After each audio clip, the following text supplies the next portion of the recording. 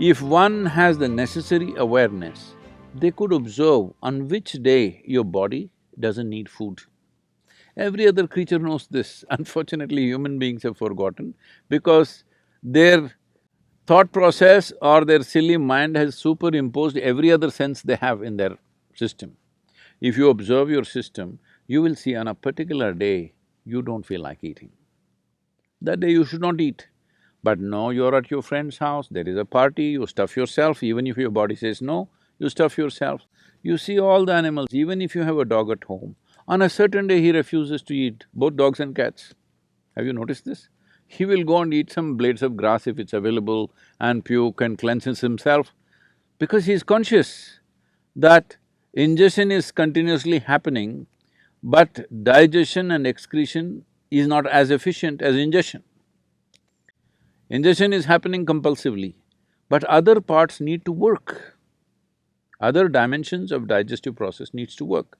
When we say digestion, digestion happens in the whole alimentary canal, not just in the stomach.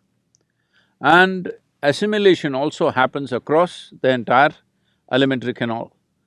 Now, excretion doesn't happen only through the alimentary canal, excretion needs to happen on the cellular level also.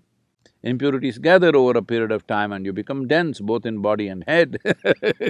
If you don't cleanse yourself, then it'll pile up over a period of time. But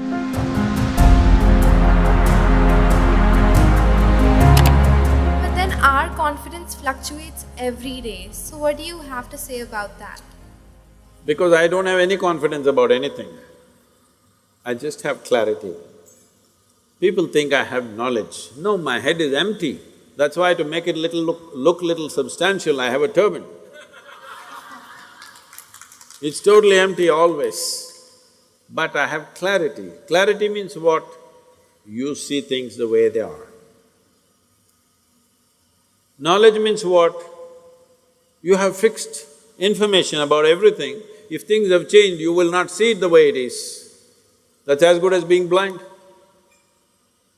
See, people think owls are blind. It's not true. Their vision is far more sensitive than yours. But because of sunlight, they're blinded because it's too much. When light goes down, he sees very clearly. Not because he's blind, because his eyes are super sensitive. So, it's important that you bring clarity to your life, not knowledge, because knowledge is conclusions that you gather. Knowledge is okay when you're trying to do something physical, material in the world, but not with life.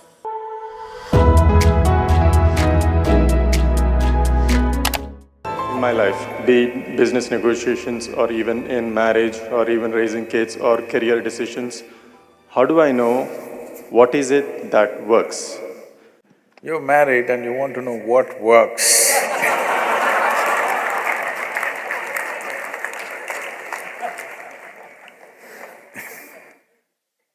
See, you must be like God, that you are a silent partner, then it works. Just like God, whatever anybody does, just learn to be like God. Never intervene in anything. Every day in the morning, every kind of idiot will tell you what you should do today. You just listen. Just like God.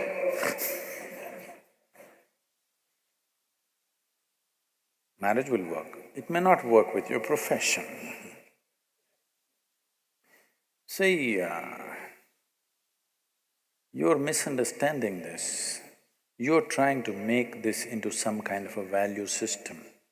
You're trying to make it your philosophy. I will do only what works. Well, you took an oath, I will do only what works. Now you don't know what works. Because what works will not come with an oath or a commandment. What works comes with constant observation and evolution of who you are, isn't it? Hello? The same things, how you made them work, how clumsily you made something work 10 years ago, the same thing you may be doing it with ease today, isn't it so? Or you may be doing it clumsily today, you were doing it well at one time. Whichever way, whichever kind of evolution has happened,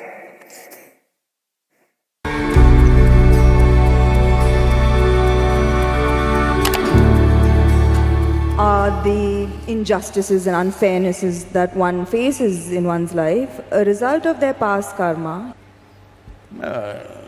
Samantha, you're old enough for this. I'm not saying you're old, I said you're old enough. Do you still expect the world to be fair to you? That's why I'm asking this question. That is Can I blame it on my past karma is what I'm asking. I want the world to be fair to me is a schoolgirl question. By now you should know the world is not fair. It will not be fair to you. But if you dig deep into yourself and have a taste of life, not a taste of your thought and emotion, the taste of life that you are, then you will see life is not just fair, it's just fantastic. So, do you want fair life or fantastic life? You must decide.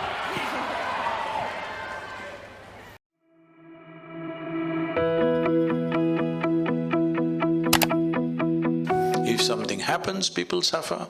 If nothing happens, they will suffer. If they're poor, they suffer their poverty. You make them rich, they'll suffer the taxes.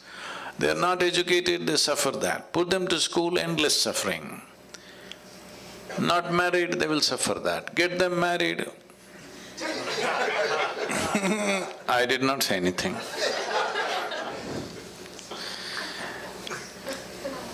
Just tell me one aspect of life that human beings are not suffering.